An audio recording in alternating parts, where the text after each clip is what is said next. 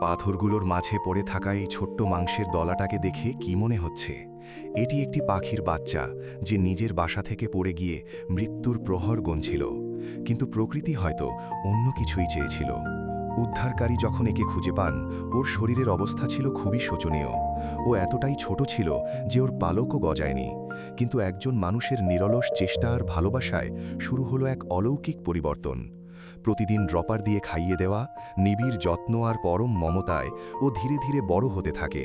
দেখুন কিভাবে ওর ছোট্ট শরীরটা সাদা ধবধবে পালকে ছেয়ে যাচ্ছে।